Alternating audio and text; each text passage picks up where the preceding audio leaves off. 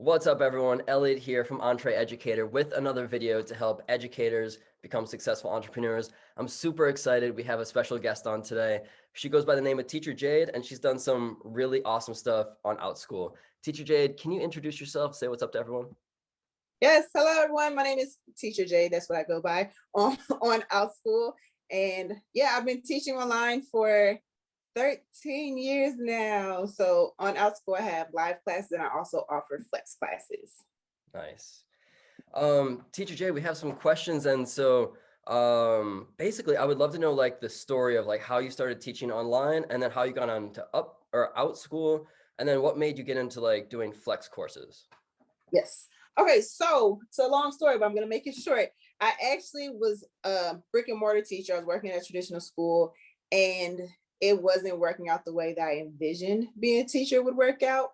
And I was also working I always call it the side hustle. So I was teaching, well, the title wasn't teacher, it was tutor. So I was tutoring online for a company. And then I moved from one state to another state, and the pay rate was significantly less than what I'd been previously making. So to make the decision to either take a job that paid less, and at the time my child would have been in daycare. So I'm like, okay, you paid daycare to make this money that it wasn't going to balance out. So I was working these side jobs teaching online. And I actually had a friend reach out to me because he thought it was hilarious that I was teaching online. He's like, what are you doing? I'm like, I'm doing some side work. And he had a friend that was teaching online and she was looking for a substitute teacher. And so she hired me as a substitute teacher so I would teach her students online. And she was working with adults.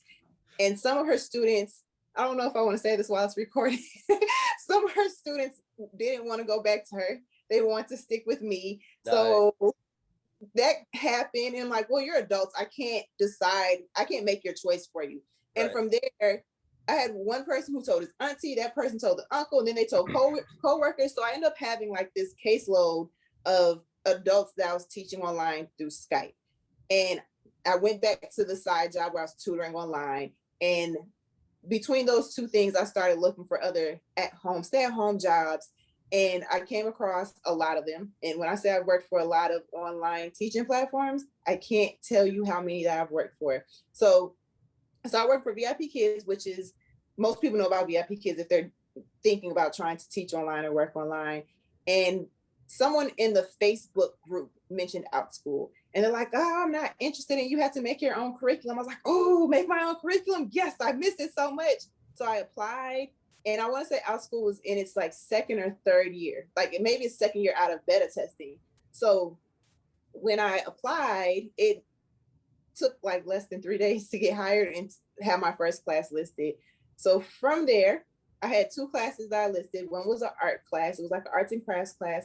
And I posted a writing class because I was always tutoring and writing. So I made this 4-week class and this other class that was 8 weeks. And I don't teach the art class anymore because the writing class ended up being really lucrative and really popular. And when the flex classes became available, where you can pre-record the class and you're still providing the material, you're providing everything, but you pre-record the class and they're able to watch the recording and complete the assignment. I have due dates. So it's not like they can just do it at their leisure because it's a writing class. It's not, hey, you can come watch this video the first of the month and turn in an assignment 2 months later. No, I do have due dates. So the work does need to be submitted at a specific time. So as far as those classes go, once you make the recording, you're just reposting the same thing over and over again, unless you go back and you watch, you're like, oh, let me make some tweaks to it. Then I don't think I've changed my videos in the 3 years I've had them, because there's nothing that needs to be changed. I should say that. And you know how they say, if nothing's broke, don't fix it. Nobody has complained about it. So they're getting those same videos from 3 years ago. And that's what I wanted to talk to you about today, because it's like once you make it, you just kind of set it and forget it. And if you have to, update it. But other than that, it's like you just kind of keep it. It's like this digital asset that's like keeps going. Yes. And so I checked your account on OutSchool, and it looks like you're doing some like traditional classes as well as the flex courses too. Is that right? Yeah. Yes. So primarily I teach essay writing classes. So the same classes that I have as live classes, I also have them available as flex classes. And so that's really like for, and the only reason I started the flex class, I had parents asking me to teach classes at times that weren't going to work for my life. Like, oh, 6 a.m. because they're in a different time zone, they're in a different country. 2 a.m. I'm not getting up at 2 a.m. to teach a class. So that flex option is like, hey, I'm sorry, I don't have this class available live at this time. Here's the flex option. Well, so they can still take the class and they'll still get feedback from me. And I also have those classes where it's a flex class, but it's not like the writing classes, I have to get feedback. So that requires some work. But I have another class, it's a storytelling class, and they write a story and then they read the story and they show it in the class. The most work I do for that class, I pop in and I'll leave a video recording like, hey, that story was really awesome. And it's younger kids, so it's not like they need the detailed feedback that a formal essay needs. So there's still some work that you have to do so that you're still engaging with them. So it's not like, oh, I could just watch this on YouTube. No, I'm still going to interact with you, but it's just a different amount of time that's spent doing that. Gotcha. Wow, that is really cool. And so you mentioned about teacher feedback, and I would love to hear what teachers or students have said that, looking back, you would think, what advice you could give based on even the feedback that you've received after doing this for so many years.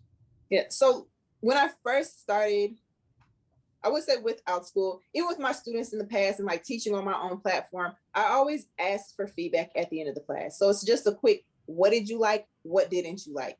And that's all I'm asking. Like they'll tell me, I teach middle schoolers, they're very honest. They'll very happily tell me what I need to fix. Or they'll just say, no, I loved it all. So asking for that feedback so that you can improve a class. So that storytelling class that I created, kids loved it, they loved it. But then I got parent feedback that was like, you said in the course description that they're going to learn a literary device in every single class. I was like, I forgot about that. So it was either go back and re-record and add the literary device component or take it out the course description. I took it out the course description.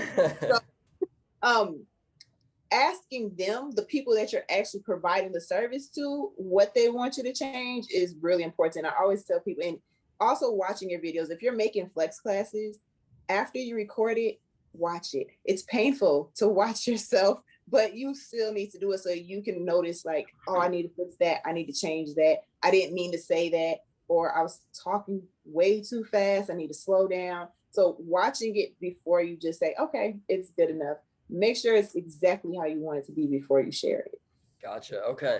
So that provides a ton of insight, because as someone who's just started looking into this, which is how I found you online, I'm wondering, what do your classes look like as far as the video recording goes? Is it just like you right now, like at your home? Do you have a special background? Like, what's the quality standard and like, what does it look like? Let me see. If you let me share something, I'll show you exactly what it looks like. Oh yeah, 1 second. All right. I had to make you host, but you're host now. All right, so it looks like this. I use PowerPoints. I am not big on, I know there's some teachers who use all types of fancy things where they can click into, I don't do that. It's a PowerPoint, and it's easy for me because then I can also post the PowerPoint for them so that they can watch it later. So, and I actually post it as a PDF file, and this one doesn't have my watermark on it, but that's one thing I wish I would have started when I first started, putting a watermark on your work, especially if it's your own creative work, your unique work that you developed. You absolutely want to make sure people do take other people's work. So the hamburger paragraph, that's not like a concept that I created, but everything after this and the way I'm presenting it is from my own work. So it looks like this on the screen, and then I'd be like a little tiny box either in the bottom or the top right corner. It just depends on how it records. And then it's Dora the Explorer type teaching. There's no students there, but I talk to them like that. I'm like, hi, welcome. My name is Teacher Jade, and this is the hamburger paragraph class. I absolutely want you to introduce yourself too. So when you get into the classroom, post the introduction, welcome. And that's pretty much how it goes. Gotcha. So they watch the video like that. And then any questions I ask during my live class, I will then post it in the classroom. So at the end of all my classes, I ask an exit ticket question. So I'm like, all right, so here's today's exit ticket question. Make sure you post your answer in the classroom. And that way that they still feel like they're interacting and engaging with me. And I don't go back in there and answer all the exit ticket question stuff, because like if you got it right, you got it right. But when they turn their work in, that's when they get the feedback. And when they do the introductions, I will go in the class, say, hey, such and such, so nice to meet you. Oh, you like cake? I like cake too. So I'll respond to them that way. And I try to encourage them to respond to one another as well. Sometimes it happens, sometimes it doesn't. Right. Okay. So, and so about that, does it all happen in this like OutSchool ecosystem, or do you use external platforms or anything? Yeah, so for this one, I keep all of it on OutSchool. So on my website, shameless plug, www.teacherj.com, I do have classes that are also pre-recorded, but I'm able to tie that into an LMS. But OutSchool, everything has to be done on OutSchool. So I post the video, and the video's on YouTube. So I post my videos on YouTube. I used to save them on a file on my own desktop, but I have so many flex classes, it takes up a lot of space. So now they're on YouTube, they're just unlisted. So I'm able to post in the class. So they do have to click on that to watch the video. And then all the links for the classes, they have to click on those. But where they submit work and where they engage with me is on the OutSchool classroom page. Gotcha. So when you're talking about creating an unlisted number in YouTube, is that only if someone purchases the course from your own personal website or blog? Nope. So it's right there. So once they sign up for that OutSchool class, when I post the recording, since it's unlisted, once they click on it, they have access to it. Now, if they decide to share the link with other people, then that's what they're going to do. Right. And that's a concern that a lot of teachers have. They're like, well, if it's a flex class and I'm giving them my material, they could be sharing it with whoever they want to. Yeah, that's true. Yeah. But for my particular class, like since it's an essay writing class, they can't turn their work in.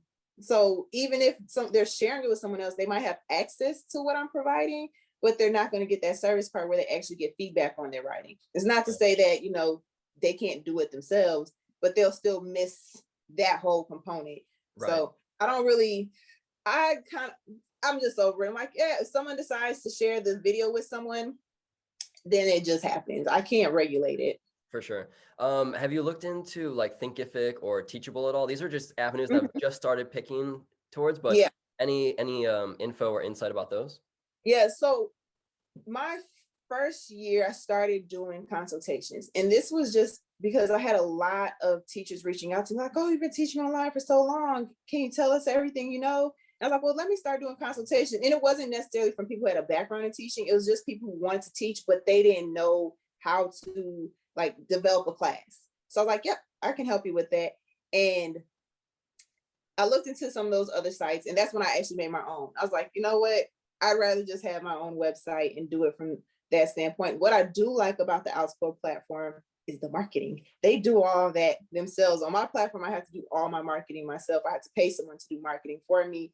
So with OutSchool, and I know with those other like Udemy, Teachable, all those, you can buy levels of marketing for those. I can't remember what they call their packages. I guess I'll just say their packages. So you can purchase the marketing. But I feel like the audience right now for OutSchool is so large that it just makes sense for me to just keep my classes there versus trying to have them on like multiple websites. It's too much. Absolutely.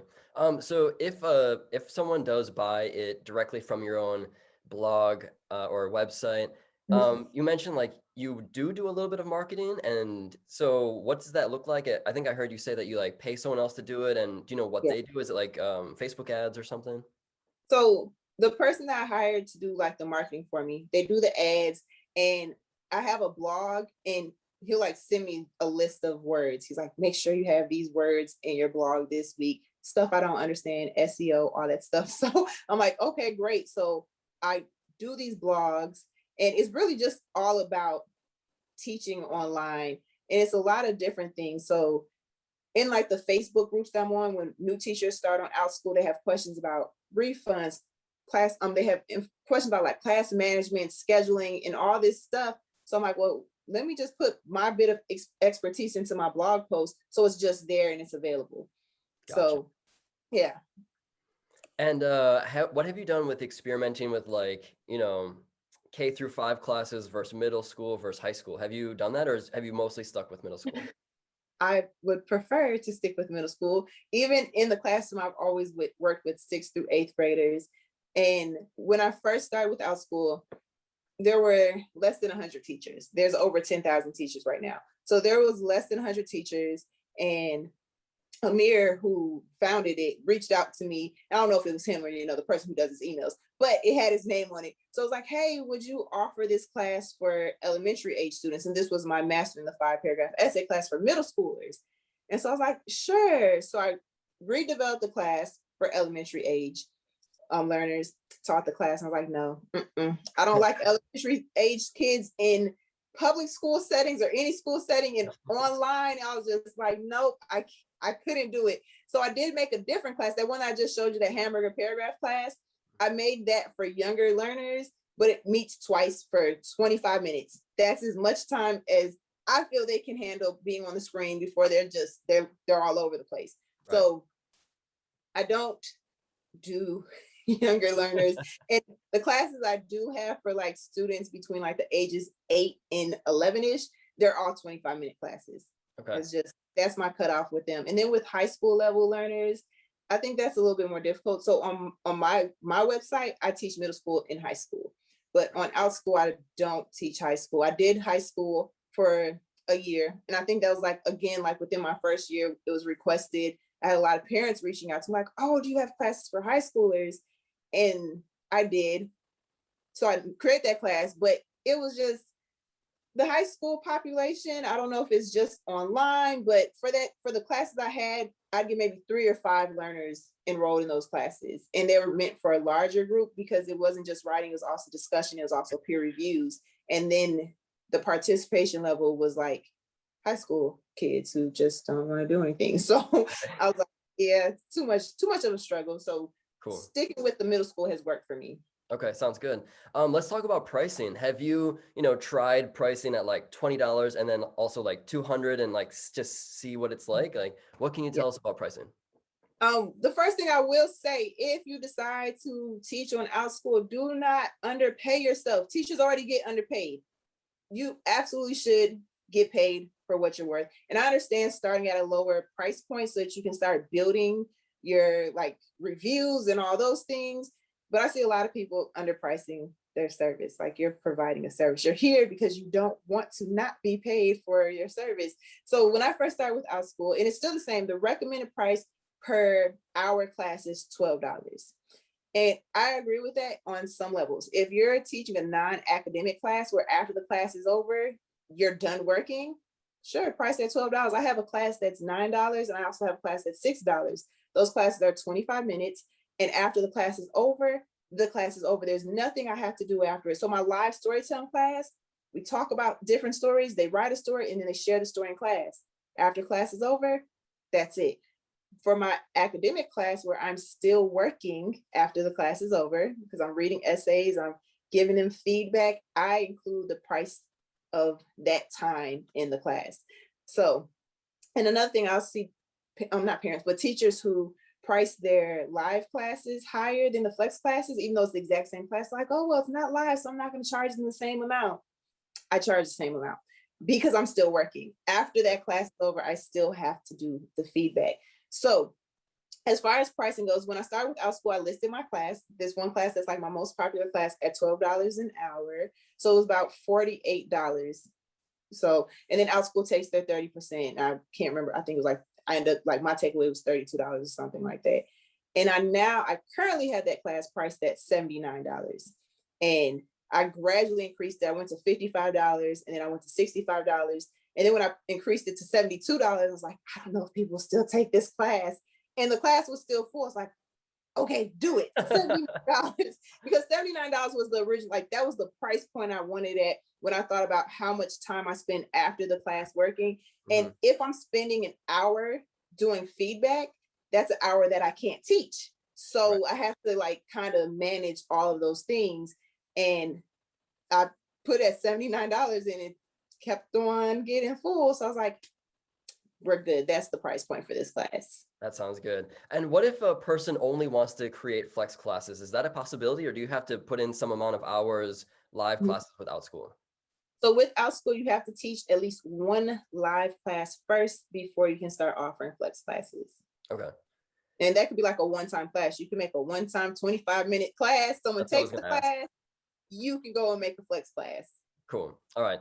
Yeah, we have a couple of questions from people in the Entree Educator group. The first person asks, do you find there are certain subjects or grades that are saturated with instructors that you would just say like, don't do that?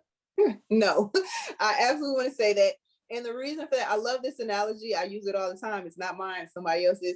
When you go to the grocery store and you walk down the bread aisle, how many different loaves of breads are there? How many different brands are there? So a lot of people are deterred by that. And they're like, oh, there's so many preschool classes. Should I teach an upper level class? If you like preschoolers, teach preschool classes. If you try to teach a class, like me trying to teach the elementary age class, they knew I didn't want to be there. So they'll know that that is not your passion. That's not what you like. That's not what you enjoy. So even if it seems like there's 1,000 classes of the exact same thing, teaching the letter A, if you want to teach the letter A sounds, do it. Somebody's going to find you. They're going to like you.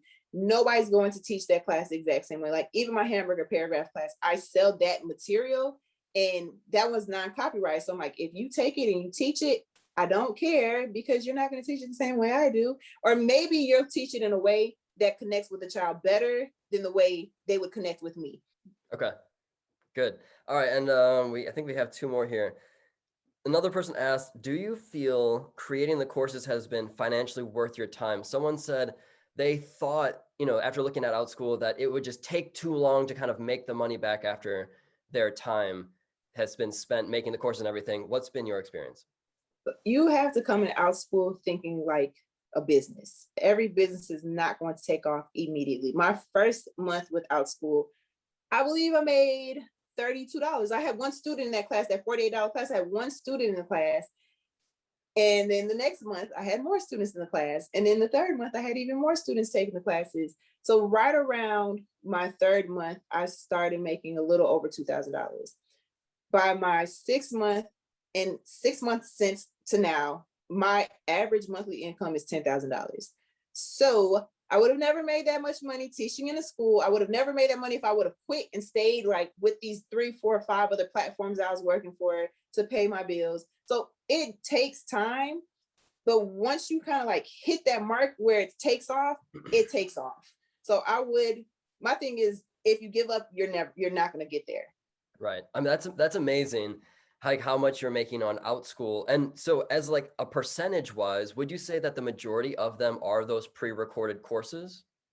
So if I always do like my data analysis at the end of this month. I haven't even gathered all my stuff yet, but last year is when I started listing more flex class. So I have one. So I just added a class 2 days ago.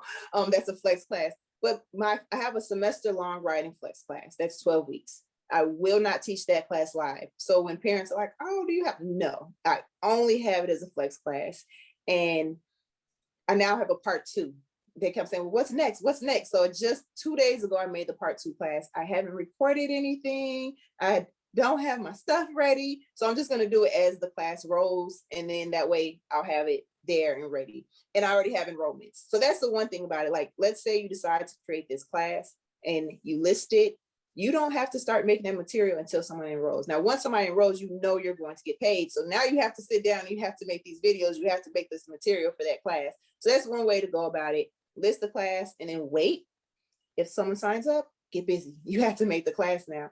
But I teach for my flex classes, I have 5. Right now I have 7 running flex classes. So I have 7 flex classes, but I have 15 live classes. Okay. But my goal is to switch to all flex classes in the fall. So it would balance out where I'd make just as much just with flex classes as I'm doing with my live classes. Wow. And so you mentioned the length, like one is 12 weeks long. Have you experimented with the length and said like, this is the bread and butter, like between like 5 weeks to 16 weeks, like what do parents like the most that you've seen? So my one class, the live class, my popular class is 4 weeks. So there's a part 1 and there's a part 2. Works perfect for me. And then the semester long class, I used to have my 4-week the essay writing class, and I also had a creative writing class. And that one was 6 weeks long. And I end up just combining the 6-week long class and the 4-week long class, and I added 2 more classes. So it would 10 weeks to me was just like, oh, kind of weird. So I made it 12 weeks as long, so it'd be like a semester. And I once upon a time had a 9-week long class that I listed as a quarter long class.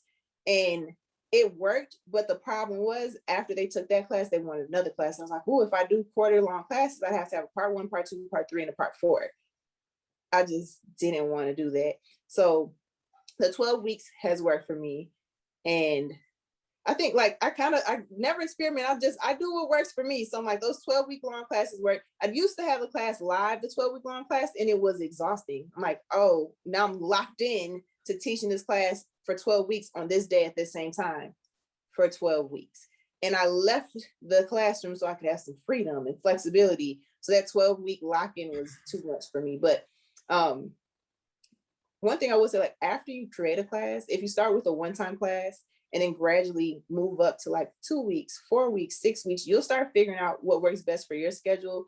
And when you ask for that feedback, the parents will say, oh, well, this class would be really great if it was longer. And then you can say, okay, you're right. It would be better if it was longer. You're like, yeah, that's great, but I'm not going to do it. So Right.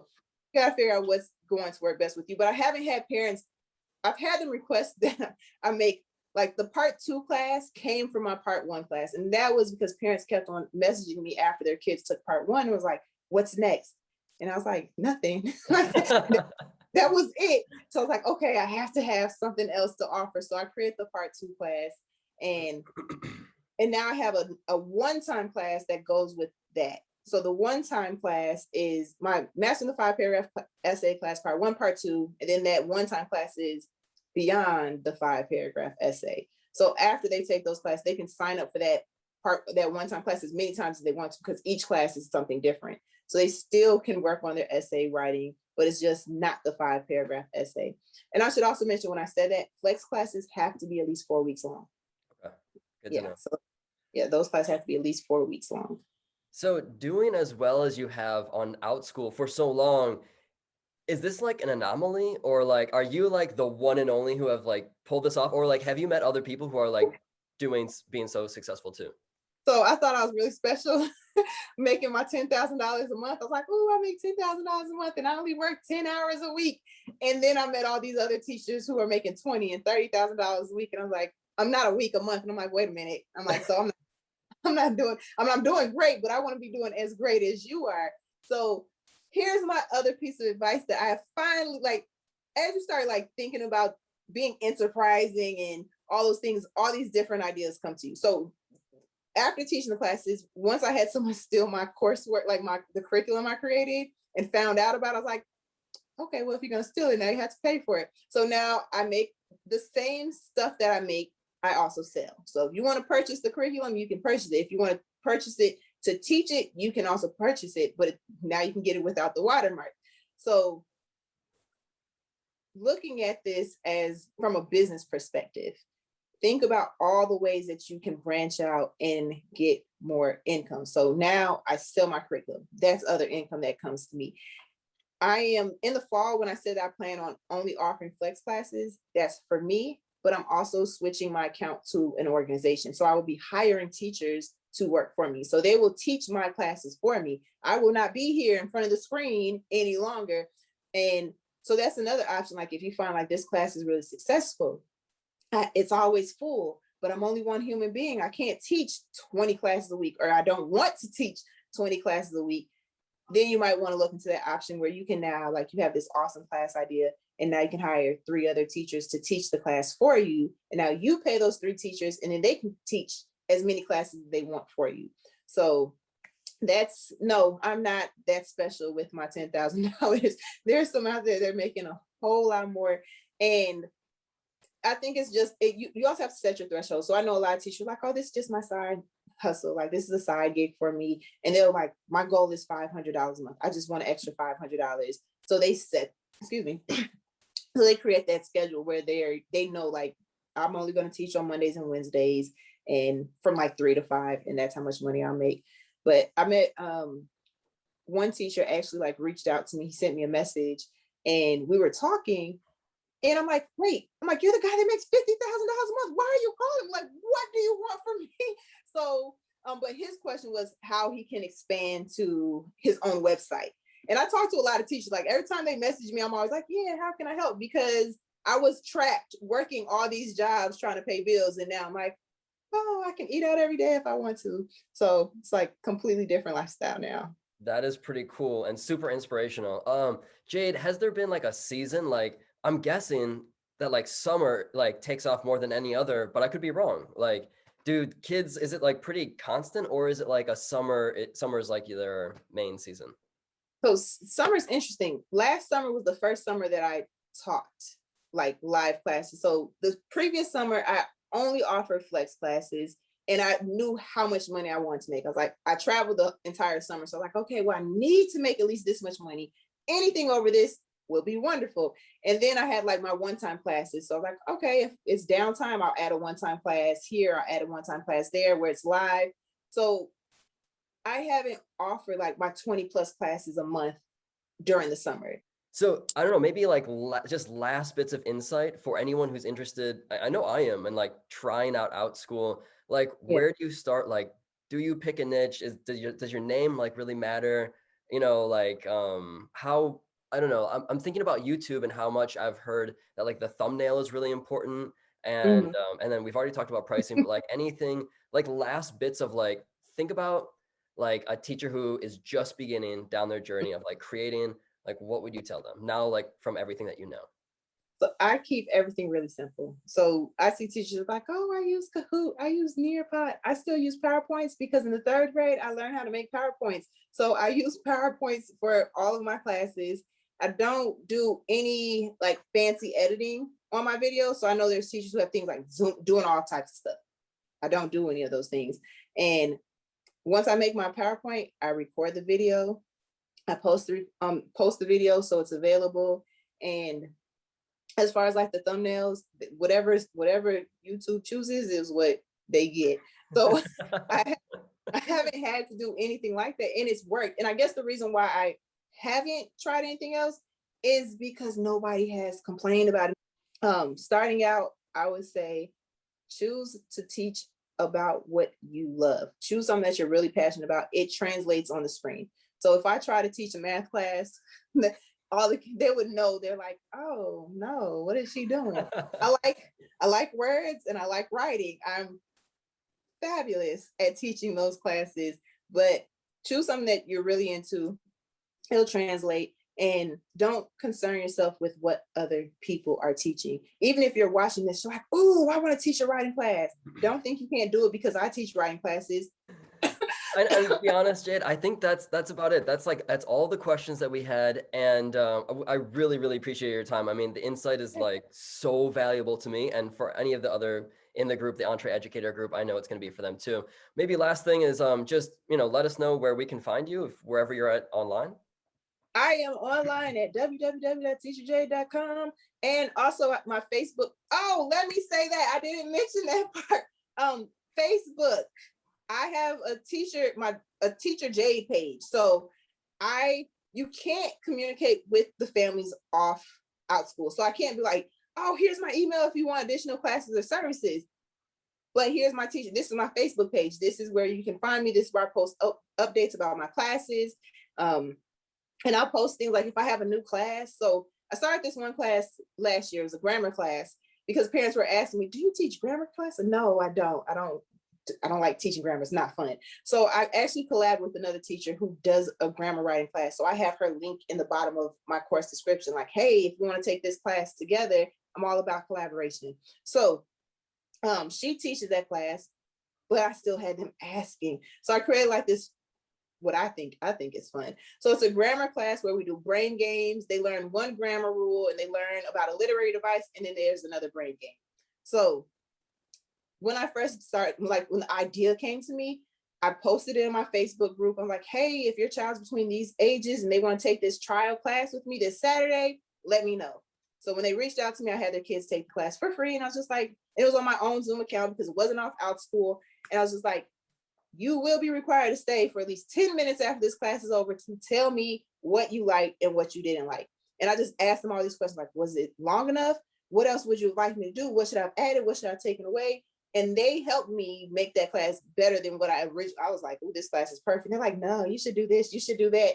So I was able to tweak it to make it actually fit what the majority of them liked.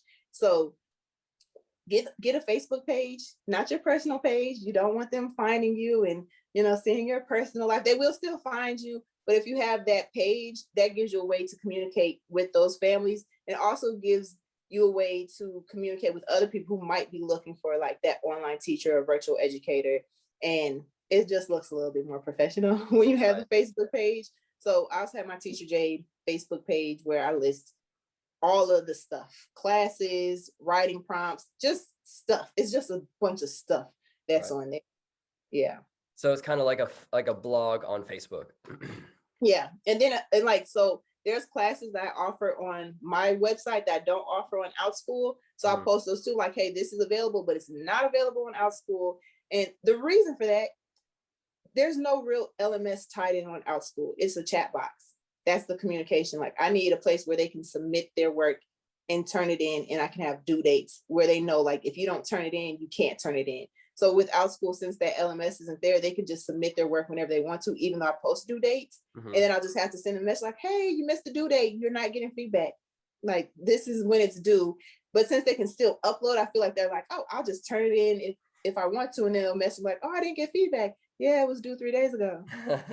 So at least with the LMS, you can close like submission dates. Like, if they don't turn it in by this day at this time. Oh, that is really nice. Yeah. So that's why I don't offer, even though I do offer like the writing course, my live writing course from my website, we meet twice a week. It's just a little bit more in depth, and it's a little more personal, because we meet twice a week, and there's folders where they can turn stuff in for certain assignments. Right. Wow. Well, again, thank you so much, Jade. I mean, this has just been awesome. And yeah, feel free to reach back out. Yeah, I really appreciate your time. Thanks so much. No worries. You're welcome. I hope it's helpful to everyone who watches.